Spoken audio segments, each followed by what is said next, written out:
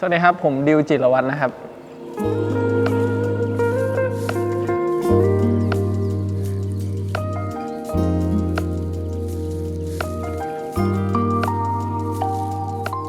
ครับดิวคำถามแรก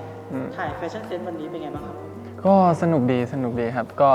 คือตั้งแต่เข้ามาก็ตกใจนะสำหรับเซตก็จะมีแบบเหมือนพร็อพมากมายใช่ไหมเกี่ยวกับหญ้าเกี่ยวกับดอกไม้อะไรอย่างงี้ด้วยโดยที่แบบรู้สึกว่ามันสวยนะก็เป็นฟิลใหม่ดีนะเดี๋ยวไปอินเสิร์ตรูปภาพที่ถ่ายเนี่ยเป็นไงธรรมชาติล้วนโอเคขอย้อนกลับไปในสมัยยังเป็นเด็กชายจิรวัตรอยู่ครับผมครับทีเนี้ยความฝันในวัยเด็กของเด็กชายจิรวัตรคืออะไรครับผมอยากเป็นนักวาดการ์ตูนนะครับตั้งแต่เด็กแหละก็คือเราชอบวาดรูปแล้วคือตอนเด็กผมว่าเด็กๆทุกคนก็น่าจะชอบการ์ตูนเนาะเพราะว่าน่าจะเป็นสิ่งที่เราสามารถวาดแล้วก็ลอกเลียนแบบได้ง่ายที่สุดก็เลยวาดการ์ตูนมาตลอดแล้วก็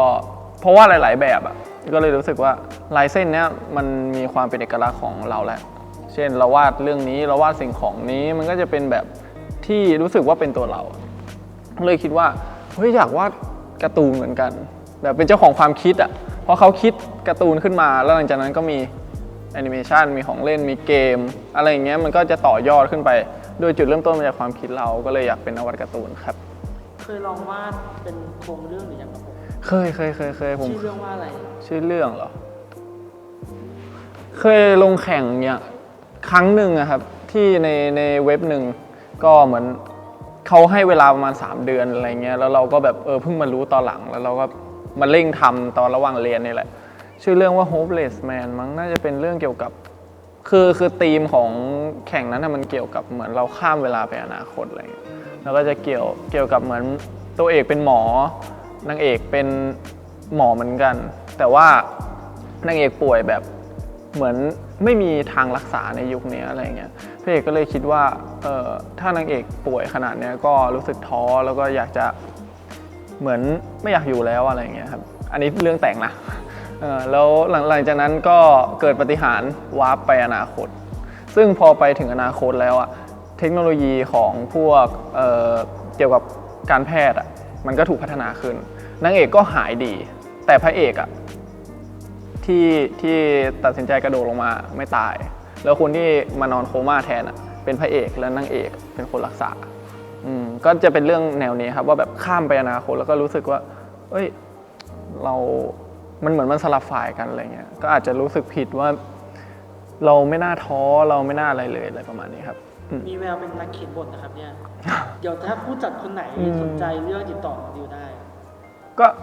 ก็ได้ครับมีหลายๆอันที่เขียนไว้แต่บางทีมันก็ถ้าตอนเด็กๆก็จะเป็นการ์ตูนนะครับแต่ตอนแข่งขันก็จะเป็นประมาณรูปแบบนี้หรือว่าเวลาทำที่มหาลัยอย่างเงี้ยก็จะเลือกเกี่ยวกับการใช้อาร์ตเล่าเรื่องมากกว่าอะไรเงี้ยแล้วจากคนที่ชอบศิลปะครับผมไปสู่วงการบันเทิงได้ยังไงครับคือตอนแรกก็เข้ามหาลัยครับแล้วก็เราก็เลือกเรียนวาดรูปนี่แหละเกี่ยวกับวาดรูปในมัลติมีเดียก็เกี่ยวกับเหมือนวาดรูปในคอมครับแล้วก็เหมือนมีการประกวดเดือนเงี้ยเราก็ลงประกวดเดือนแล้วก็เหมือนน่าจะมีคนเห็นมั้งเข้าวงการตอนเรียนปีอะไรครับปี 1เลยเหรอครับความจริงถ้าเข้าวงการจริงๆเราเริ่มทำงานเกี่ยวกับเดินแบบอะตั้งแต่แรกแล้วตั้งแต่ตอนเหมือนเพิ่งจบม.6 ใหม่ๆอะเราก็กำลังจะเข้ามหาลัยครับตอนนั้นเริ่มทำงานเป็นเดินแบบเพราะว่าเหมือนมีคนมาชวนอะไรเงี้ยแล้วเราก็รู้สึกว่าได้หรือเปล่าวะอะไรเงี้ยเพราะมันก็มีความคิดว่าโหเราดูสูงเกินไปอะไรเงี้ยมันก็จะหมดความมั่นใจบางอย่างแต่ว่าถ้าเราอยู่ในจุดที่แบบเฮ้ยไอจุดเนี้ยมันนันมาเป็นประโยชน์มันไม่ได้เป็นจุดที่แบบเด่นเกินไปด้อยเกินไปอะไรเงี้ยก็เลยคิดว่าน่าจะลองใช้มันดูมั้งสิ่งที่เรามีอะไรเงี้ยก็เลยลองเข้าไปเป็นนายแบบครับแปลว่าดิวเคยไม่มั่นใจเพราะส่วนสุดตัวเองใช่ไหมครับใช่ไม่มั่นใจมากๆครับคือเป็นคนคิดมากครับเวลาคนมองหรือว่าคนอะไรเขาจะต้องรู้สึกทุกคนเวลามองอะไรต้องมีความคิดอยู่ตลอดผมเชื่ออย่างนั้นนะตอนเด็กๆว่าแบบเขาจะวิเคราะห์บางอย่างไม่ชมติหรือว่าอะไรมันก็น่าจะมีความคิดเห็นของเขาซึ่งเราไม่สามารถรู้ได้แล้วพอเป็นคนคิดมากเราก็จะวิเคราะห์ในหัวคิดอะไรเกิดอะไรขึ้นอะไรอย่างเงี้ยเราก็เลยรู้สึกแบบ ไม่มั่นใจขึ้นมา เช่นเราเดินไปปุ๊บมันสูงเกินเนี่ยหัวเราชนรถเมล์ BTS อะไรเงี้ยอาจจะมีคนก็มองว่าหัวชนอะไรเงี้ยบ้างอะไรเงี้ยครับหรือว่าเราไปยืนที่เยอะบางทีเราอาจจะบังเขาแต่ว่าเราก็ไม่รู้จะทำตัวยังไงแล้วจากจุดที่ไม่มั่นใจกลายเป็นมั่นใจกับการเดินแบบครั้งแรกตอนเราเดินแบบครั้งแรกครับเรารู้สึกไงบ้างครับเดินแบบครั้งแรกเหรอรู้สึกว่าเราน่าจะเดินออกมาได้ดีนะอะไรเงี้ยเพราะด้วยความที่เราคิดว่าชีวิตประจำวันปกติการเดินบุคลิกของเรามันดูแปลกแล้วมันก็ไม่ได้ดูดีเท่าไหร่อะไรเงี้ยแต่พออยู่ในเดินแบบที่เราอาจจะมีชุดที่มันเยอะหรือว่าแบบชุดที่ดูแบบแฟชั่นมากๆอะไรเงี้ยเพื่อเป็นแนวสไตล์หลายๆอย่างอะไรเงี้ยก็รู้สึกว่ามันเหมาะแล้วก็เราก็ดูมั่นใจมากขึ้นนะแบบเฮ้ยอันนี้เราก็ใส่ได้อะไรประมาณนี้ครับแล้วเป็นไงบ้างครับกับผลงานการแสดงครั้งแรกกับซีรีส์เรื่อง F4 ก็กดดันมากอะตอนที่รู้ว่าได้ก็แน่นอนครึ่งหนึ่งมันดีใจแต่ครึ่งหนึ่งก็แบบมันคือการเปลี่ยนเส้นทางครั้งใหม่เปลี่ยนมุมมองครั้งใหม่จากมุมมองหรือว่าปลายทางที่เรามองมาตั้งแต่เด็กจนวันหนึ่งอะอยู่ๆแบบเฮ้ยเราต้องเปลี่ยนเส้นทางซึ่งเส้นทางนี้มันอาจจะแบบดูแล้วมันมีสัญญาณที่มันมีความเร่งที่เร็วกว่าแบบมันน่าจะไปได้เร็วอะไรเงี้ยแต่เจออะไรบ้างอะเราไหวหรือเปล่าอะไรเงี้ยหรือว่ามันพร้อมหรือยังคำถามพวกนั้นนะเข้ามาในหัวตลอดเลยแล้วก็พยายามที่จะ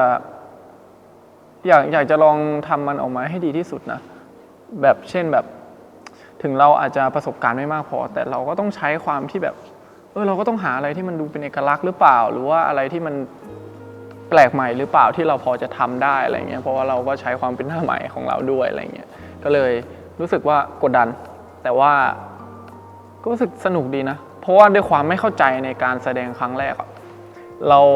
มีเรียนมาบ้างแต่เรายังอาจจะไม่ได้ลึกซึ้งขนาดลงล็อกที่มันเป็นแบบ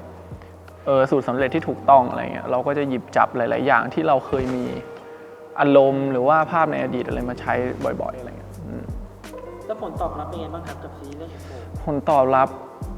บดีครับดีใจครับที่ทุกคนชอบคือด้วยความที่หลายผู้ใหญ่หรือว่าบทหรือว่าจังหวะหลายๆอย่างมันผมว่ามันลงตัวด้วยแหละอะไรเงี้ยแล้วก็เลยทำให้แบบโอเคของเราอาจจะแบบเขาพยายามจะดึงแบบสิ่งที่เรามีหรือว่าน่าสนใจให้มากที่สุดอะไรประมาณนี้ครับก็เลยรู้สึกอยากขอบคุณคนเบื้องหลังมากกว่าแล้วอยากให้ทุกคนรู้ว่าแบบโอ้โหพี่ๆเบื้องหลังเขาทำงานหนักกว่าจะโปรเจกต์นี้จะออกมาอะไรเงี้ยผมก็เป็นเหมือนส่วนหนึ่งเท่านั้นเองอะไรเงี้ยครับอยากจะบอกอะไรกับคนที่อยู่เบื้องหลังความสำเร็จของดิวก็ขอบคุณมากๆนะครับที่เชื่อมั่นในตัวผมความจริงมาย้อนคิดดูแล้วมันมีหลายครั้งที่ผมถามว่าแบบผมจะทำได้หรือเปล่าหรือว่าทำไม่ได้หรอกแต่ว่ามันแปลกนะที่แบบเราบอกว่าเราทำไม่ได้แต่คนอื่นนะบอกว่าเราทำได้มันก็เลยคิดว่าเฮ้ยมันเป็นอะไรที่วิเศษมากเลยนะที่คนหนึ่งเชื่อในตัวเราแบบขนาดที่เรายังไม่ได้เชื่อในมั่นในตัวเองขนาดนั้นเขาพยายามจะให้เราแบบเฮ้ยเชื่อทำได้แน่นอนอยู่แล้วอะไรเงี้ยก็ขอบคุณที่เชื่อมั่นและซัพพอร์ตมาตลอดอย่างน้อยสิ่งที่ผมมีตั้งแต่ตอนแรกมันมีจุดดีอาจจะไม่ได้เยอะขนาดนั้นหรือว่าประสบการณ์มันอาจจะยังน้อยแต่เขาพยายามจะดึงจุดนั้นออกมาให้มันดูออกมาดีที่สุดอะไรเงี้ยก็เลยรู้สึกอยากขอบคุณพวกเขามากๆครับแล้วก็หลังจากนี้ก็แค่รู้สึกว่าไม่รู้จะตอบแทนอะไรนอกจากผมอยากจะพัฒนาให้มันมากที่สุดให้เขาไม่ได้เสียใจที่แบบว่ารู้สึกว่าเลือกผมมาตั้งแต่แรกอะไรเงี้ยดิวเข้าวงการบันเทิงมากี่ปีนะประมาณ2 ปีมั้งครับ2 ปีที่ผ่านมาเป็นยังไงบ้างครับ2 ปีที่ผ่านมาก็ผมว่ามันก็เป็นปีที่เร็วนะแล้วก็ได้เรียนรู้หลายๆอย่างเหมือนความคิดระบบความคิดมันเปลี่ยนน่าจะทุกๆประมาณ2 เดือนเลยพอมันมีเรื่องนี้เข้ามาคิดแบบนี้ออกมาอีก2 เดือนมันเปลี่ยนอีกแล้วเปลี่ยนก็มันเหมือนได้พัฒนาความคิดขึ้นไปอีกสเต็ปหรือว่าเพิ่มความคิดที่แบบว่ามันแตกออกมากขึ้นให้มันละเอียดขึ้นจนผมคิดว่าก็ยังไม่พอมันต้องใช้เวลาอีกเยอะนะแต่ว่าก็2 ปีที่ผ่านมาก็รู้สึกขอบคุณที่แบบโหได้ทำอะไรหลายๆอย่างผมเชื่อว่าวันหนึ่งลองมองย้อนกลับไปน่าจะเหมือนฝันหรือว่าเหมือนแบบ เราได้ว้าไปอยู่ในสถานที่ที่หนึ่งที่เราแบบที่มันอาจจะเป็นที่ที่เราไม่เคยคาดคิดมาก่อน ไม่เคยเห็นมาก่อนอะไรเงี้ยเราก็ได้ไปอยู่ที่นั้นใช้เวลาในที่นั้นช่วงเวลาหนึ่งแล้วก็กลับมาแล้วพอมองย้อนดูก็น่าจะเป็นภาพที่สวยงามในทุกๆอย่างที่ทำแม้จะพลาดหรือว่าทำออกมาได้ดีหรือว่าอยู่ๆก็อาจจะโชคดีขึ้นมาอะไรเงี้ยทุกอย่างมันน่าจะเป็นสิ่งที่แบบมันสวยงามทุกอย่างก็เชื่อว่าวันหนึ่งในช่วงเวลาเหล่านี้มันจะเป็นช่วงเวลาที่ดีมากๆเผลอๆ2 ปีแรกอาจจะดีมากๆเพราะมันเป็นสิ่งที่เราไม่รู้แล้วเราไม่สามารถเดาได้เราก็ได้เจอสิ่งใหม่ๆออกมาตลอดอะไรเงี้ยครับจากที่เคยคุยกับดิวเมื่อเราเคยทำงานกันตั้งแต่ที่ดิวเข้าวงการแรกๆเนี่ยรู้สึกว่าดิวเป็นคนที่สุขุมมากขึ้นหรือเปล่ารู้สึกกับตัวเองหรือเปล่าว่าสุขุมมากขึ้นป่ะความจริงสุขุมมากขึ้นไหมผมว่ารู้สึกว่าพอบทแรกเราเป็นอย่างเงี้ยแล้วเราอาจจะพูดว่าอินกับบทหรือเปล่าก็ไม่รู้แต่แบบด้วยความที่บทแรกเป็นอย่างเงี้ยในมุมของใหม่ของผมก็จะรู้สึกว่าหลายๆอย่างมันอาจจะทำอย่างนี้แล้วมันถูกต้องก็ได้จนแบบไปเรื่อยๆอย่างเงี้ยเราไปเล่นบทอื่นบทบาทใหม่มันก็มีบางอย่างที่ติดมาแล้วคือแบบมันไม่ใช่แบบนี้จะถูกต้องเสมอไปนะมันมีอีกหลายๆแบบที่เราจะสามารถแสดงออกมาได้ก็เลยแบบแต่ว่ายอมรับว่าไอการนิ่งการเงียบอะไรเนี่ยมันอาจจะเป็นเซฟโซนบางอย่างของเราก็ได้เพราะว่าด้วยความคาแรคเตอร์แรกด้วยอะไรอย่างเงี้ยครับแปลว่าเวลาดิวจะทำการแสดง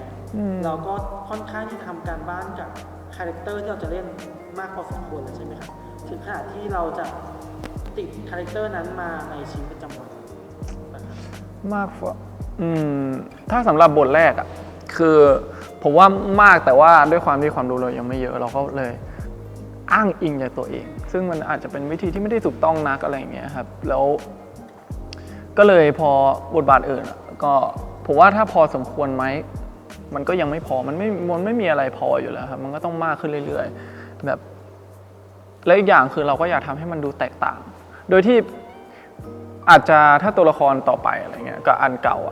เปลือกนอกมันอาจจะคล้ายกันใช่ไหมแต่ว่าแก่นข้างในมันไม่เหมือนกันอะไรเงี้ยแต่เราจะทำยังไงออกมาให้ดูว่าไอ้เปลือกนอกที่มันดูคล้ายกันทำไมมันดูไม่เหมือนกันมันดูแตกต่างกันอะไรเงี้ยก็รู้สึกว่าอยากจะทำตรงนั้นมากกว่าแล้วปี 2023 เนี่ยครับ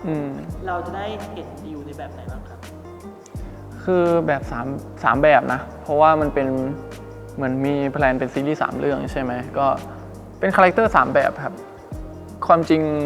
คิดไว้เยอะเหมือนกันนะว่าไอ้แบบแรกเราอยากจะให้คนดูเห็นอะไรแบบ2เห็นอะไรแบบ3เห็นอะไรซึ่งถ้าพูดง่ายๆก็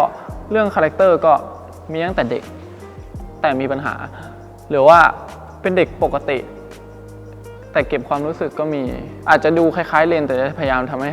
ไม่ให้มันคล้ายแล้วกันแล้วก็อันใหม่ก็คือกระโดดข้ามเป็นผู้ใหญ่ไปเลยเป็นแบบเหมือนคนที่มีความรับผิดชอบเกี่ยวกับบริษัทเกี่ยวกับธุรกิจอะไรเงี้ยก็รู้สึกว่าน่าจะเห็นหลายๆอย่างก็พยายามจะทำออกมาให้ดีที่สุดแล้วกันครับแล้วดิวมองอนาคตในวงการบันเทิงยังไงบ้างครับมองยังไงพูดยากจังคิดว่าอนาคตอาจจะไม่ต้องไปไกลมากนะอาจจะแบบปีหน้าหรือว่าอีก5 ปีครับผมเราคิดว่าในวงการบันเทิงในอนาคตเราอยากจะชาเลนจ์ตัวเองมากขึ้นไหมหรือว่าอยากจะลองท้าทายที่เป็นบทอื่นๆไหมอะไรเงี้ยตอบยากเหมือนกันนะก็นี่ก็ความจริงก็อยากชาเลนจ์ออกไปเรื่อยๆนะเพราะว่าความจริงเราไม่ได้รู้เยอะขนาดนั้นนะถูกไหมแล้วแบบคือทุกอย่างมันใหม่สำหรับเราหมดเลยแล้วก็รู้สึกว่าอยากอยู่ในส่วนหนึ่งที่เป็นสิ่งแปลกใหม่เหมือนกันแบบที่แบบมันอาจจะแปลกใหม่ในวงการบันเทิงของไทยหรือเปล่าอะไรเงี้ยแบบก็อยากจะแบบลองไปสัมผัสดูอะไรเงี้ยเผื่อว่าถ้าทำออกมาได้ดีเราก็จะสามารถที่แบบมีความหลากหลายมากขึ้นหรือว่าหลายๆอย่างที่มันมากขึ้นเพิ่มขึ้นแล้วก็แบบมันเหมือนมีหลายสีแบบจนแบบโหแล้วอาจจะทำให้มันไปได้ไกลมากขึ้นอะไรเงี้ยก็ฝากผลงานของผมด้วยนะครับก็โฮมสคูลนะครับนักเรียนท่องขังแล้วก็